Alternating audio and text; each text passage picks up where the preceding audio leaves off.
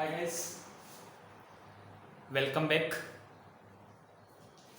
I am going to start form of democracy. I am going to reverse counting.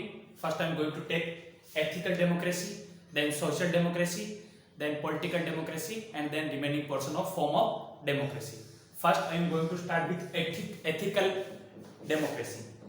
यहाँ पर जो word है ethical democracy, इसका मतलब है कोई भी जो अपन एक्शन ले रहे हैं वो राइट है या रॉन्ग है, इसका पता लगाना। नंबर 1। नंबर 2, अपन जो भी कुछ कर रहे हैं वो प्रैक्टिकल फॉर्म है। इसको ऐसे समझो कि अपना कॉन्स्टिट्यूशन में कुछ लॉज रूल रेगुलेशन दे रखे हैं, उनको अपन ने आम पब्लिक के लिए अप्लाई कर दिया। क्या आम पब्लिक उनको फॉलो कर रही है? यस।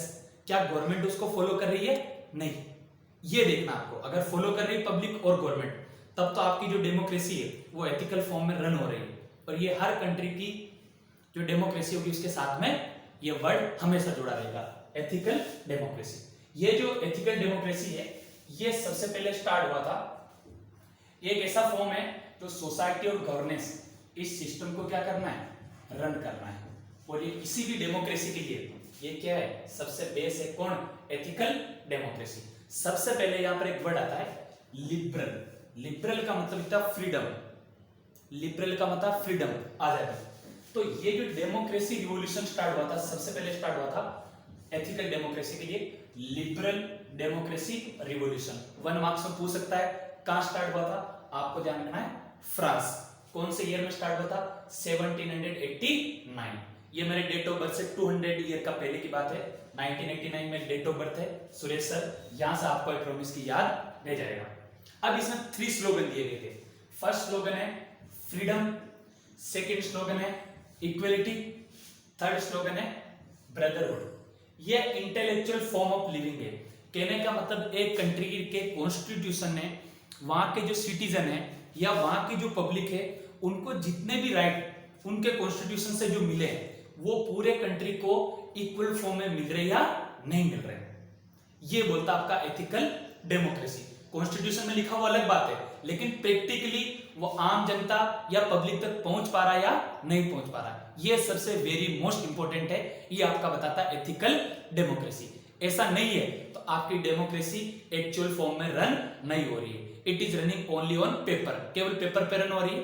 प्रैक्टिकल फॉर्म में आपकी डेमोक्रेसी रन नहीं हो पा रही है। आगे बात सुनिए, 2 पॉइंट और वेरी मोस्ट इंपोर्टेंट ध्यान रखना है।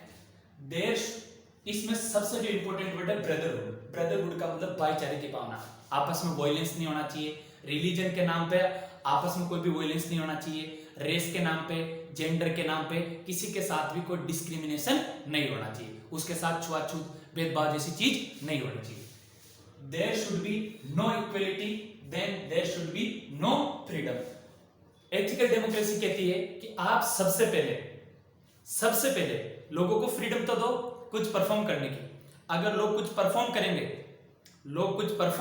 करेंगे फ्रीली, तभी तो उनको क्या मिलेगी, इक्वलिटी मिलेगी। आप सोशल मीडिया पे कुछ भी बोल देते हैं लोग, तो दूसरे लोग उन पे कुछ दोष लगाना चालू कर देते। तो जब तक आप लोगों को फ्रीडम नहीं दोगे तब तक मार्केट के अंदर या अपने कंट्री की जो डेमोक्रेसी है उसके अंदर इक्वलिटी का कॉन्सेप्ट जिंदा नहीं रह सकता।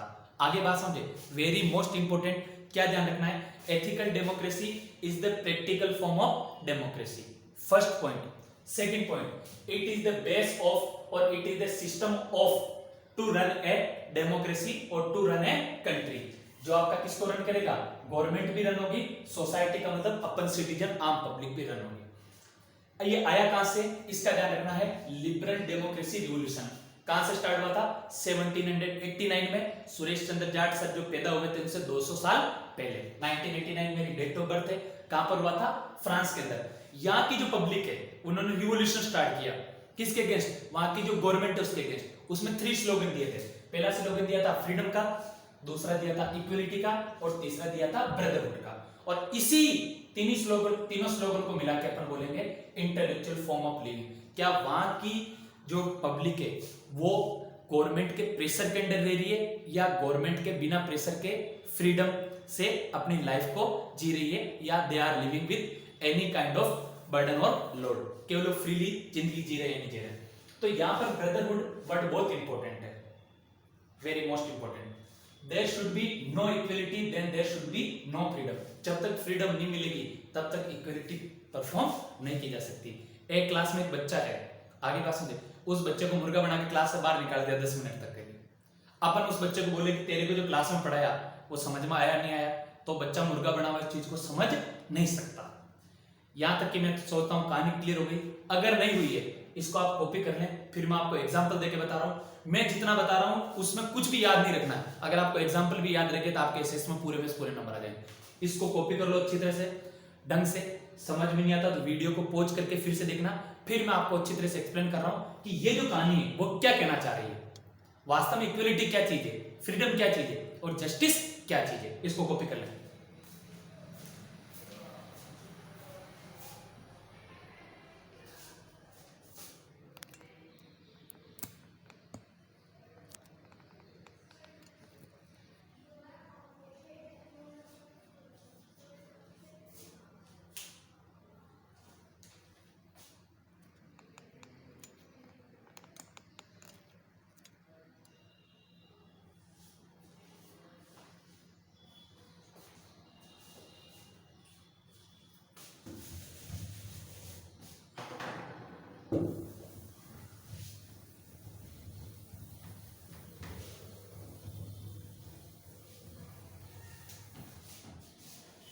चलो आपको मैं एक एग्जांपल देके बता रहा हूं। अपने सामने बार बार एक वर्ड आता है जस्टिस, दूसरा आता है इक्वलिटी और तीसरा आता है फ्रीडम। आपको पेंसिल लेके बैठना है, कंपास लेके बैठना है, सर्कल बनाना, मैं जैसे समझा रहा हूं उसे कॉपी करना है।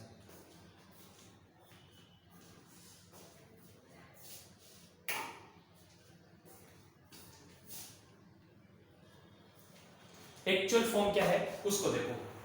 सपोज करो ये क्या है, फुटबॉल का क्या है, ग्राउंड है। आगे बात समझो, सपोज करो यूएसए और इंडिया, इन दोनों के बीच में क्या हो रहा है, फुटबॉल का क्या हो रहा है, मैच हो रहा है।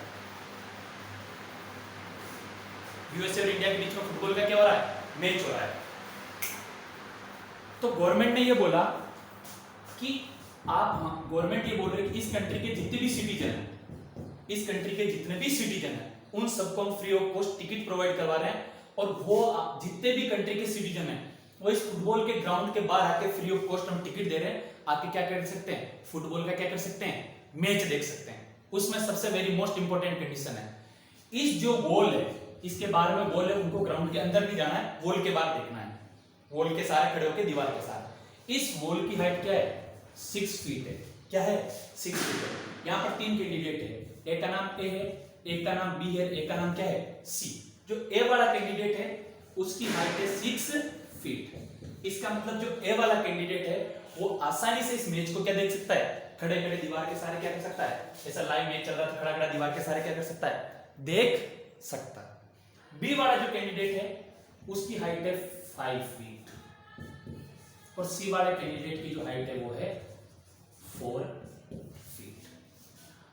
गवर्नमेंट ने यहां पर क्या दिया, पहला जो वर्ड वेरी मोस्ट इंपॉर्टेंट है, गवर्नमेंट ने पहला यहां पर क्या वर्ड किया, आप सबको क्या दे दी, इक्वलिटी दे दी। क्या दे दी, इक्वलिटी। इक्वलिटी का मतलब यहां पर आप सबको क्या दे दिया, टिकट दे दिया मैच देखने का। आप पूरे कंट्री के जो सिटीजन है इस ग्राउंड के बाहर वॉल के सारे खड़े होकर क्या देख सकते हैं, मैच देख सकते हैं। ये तो हो गया आपकी इक्वलिटी। लेकिन ये 6 फीट वाला कैंडिडेट तो क्या देख लेगा, मैच देख लेगा आराम से। क्या बी 5 फीट वाला देख पाएगा, नो नहीं देख पाएगा। सी 4 फीट वाला देख पाएगा, नो नहीं देख पाएगा। उस केस में एक वर्ड इंट्रोड्यूस होता है, उस वर्ड को अपन बोलते हैं जस्टिस। क्या बोलते हैं, जस्टिस। जब जस्टिस मिल गया उस केस में आपको फ्रीडम भी मिल जाएगी, उस केस में आपको क्या मिल जाएगा, इक्वलिटी भी मिल जाएगी। तो गवर्नमेंट क्या कह रही है यहां पर, इसको गवर्नमेंट बोल रही है हमें क्या प्रोवाइड करवा देते हैं, स्टूल प्रोवाइड करवा देते हैं, ताकि उस स्टूल पे खड़ा होकर क्या कर सके, मैच देख सके। ऐसे ये स्टूल प्रोवाइड करवा देते हैं, इस स्टूल पे खड़ा होकर 5 फीट वाला क्या कर सके, मैच देख सके। अब गवर्नमेंट बोल रही है 4 फीट वाले को स्टूल प्रोवाइड करवाया फिर भी नहीं देख सकता, तो गवर्नमेंट इसको क्या प्रोवाइड करवा रही है, टेबल प्रोवाइड करवा रही है।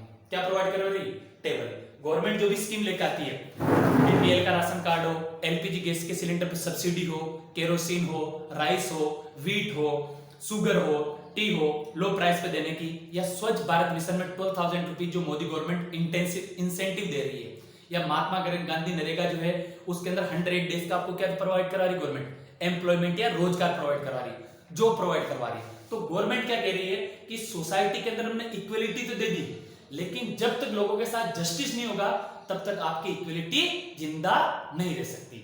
ये आपका क्या बोलती है, एथिकल डेमोक्रेसी बोलती है, और यही किसी भी कॉन्स्टिट्यूशन का सार सिद्धांत है।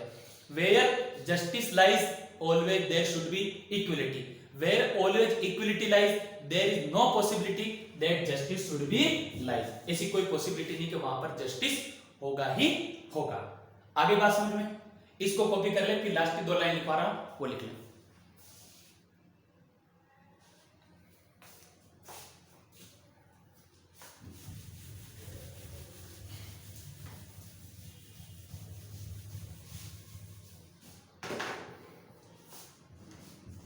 Where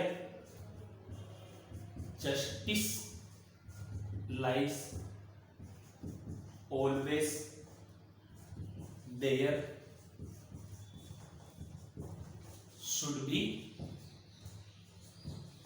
equality and also freedom। जहां पर जस्टिस है तो वहां पर क्या है, इक्वलिटी है, और वहां पर क्या है, फ्रीडम है। पर जहां पर इक्वलिटी है तो जरूरी नहीं कि वहां पर फ्रीडम हो, आगे बात समझे, और जरूरी नहीं कि वहां से क्या मिल जाए, जस्टिस मिल जाए।